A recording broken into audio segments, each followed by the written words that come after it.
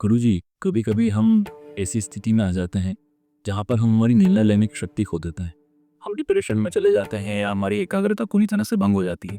मगर उस समय हमें उस स्थिति से निकलने की बहुत ज़रूरत होती है। पर हमें समझ में नहीं आता उससे कैसे इसका कोई उपाय गुरुजी?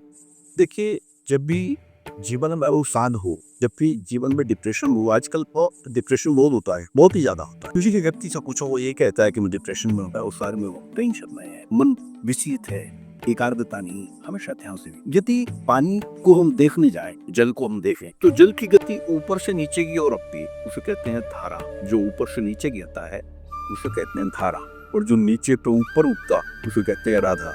धारा का उल्टा राधा होता है। राधा शक्ति है, आह्लादनी शक्ति, भगवान कृष्ण। मन की गति भी नीचे की ओर है, जल की गति भी नीचे की ओर है। जब भी हम अवसाद में होते हैं, तनाव में होते हैं, तब हमारा क्रोध डूबता है, क्योंकि मन जो है वो जल का कारण, तो मन की गति भी नीचे की ओर है। जैसे ही व्यक्ति थोड़ा सा विचलित होता है तो गिरने लगता है।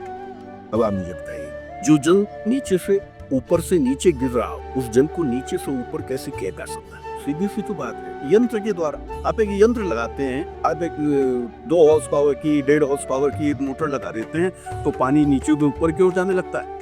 गिरते हुए जल को यदि ऊपर भेजना हो तो यंत्र की आवश्यकता है, और गिरते हुए मन को यदि ऊपर की ओर ले जाना हो तो मंत्र की आवश्यकता है। मंत्र करो, एकाग्र करो, शुद्ध कंठ से, सात्विक भाव से बैठकर मंत्र करना प्रारंभ करो। धीरे धीरे धीरे धीरे जो मन को संतुलित कर दे, जो मन को ऊपर की तरफ उठाने लगे, उसका नाम मंत्र। जो जल को नीचे से ऊपर उठाने लगे, उसका नाम यंत्र।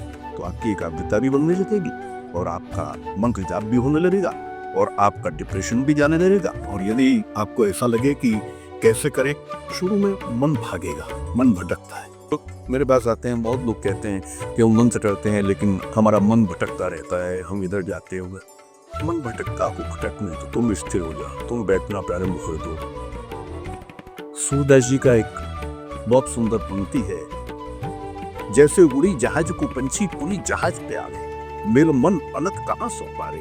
जैसे जहाज पे रहने वाला पक्षी जब जहाज पे से उड़ के आकाश में चला जाता है, लेकिन वो घर नहीं होता, जहाज करीब गति करता हो, वो फिर उसी जाल पे आके बैठ जाता है। ऐसे ही मन रूपी पक्षी कितना भी उड़े, उसे उड़ने दो, लेकिन इस जहाज को व्यवस्थित चलाते रहो। चलते चलते वो मन का पक्षी खो के फिर बातों ताकि उसी जहाज में बैठ जाएगा। बस आवश्यकता है हमारी तटस्थता की, हमारी एकाग्रता की। हम एकाग्र होने लगे तो मन भटकना बंद कर देगा। इसके लिए अभ्यास की आवश्यकता है। हमारे ऐसे बहुत पीढ़ी में नित्य यज्ञ होता है, जिसे फेसबुक पे लाइव भी करते हैं कुछ लोग। यदि महामृत्युंजय मंत्र और गायत्री मंत्र, 2 मंत्र ऐसे हैं हमारे यहाँ जो बिल्कुल सार्वभौम सत्य, जिनका एनर्जी को आप महसूस कर सकते हो। तो ये 40 मिनट का प्रयोग होता है। आप लोग बैठकर उस समय अपने मोबाइल के सामने, एक लैपटॉप के सामने, फेसबुक के माध्यम से जब वो लाइव चलता है, उस समय बैठ के उसी भाव से, उसमें तादात्म्य स्थापित करते हुए आप जो है वो जाप कर सकते हैं, और आपकी एकाग्रता भी बनेगी, यज्ञ भी होगा, दर्शन भी होंगे, और धीरे धीरे धीरे धीरे आप पाएंगे कि आप अवसाद समाप्त हो रहे हैं।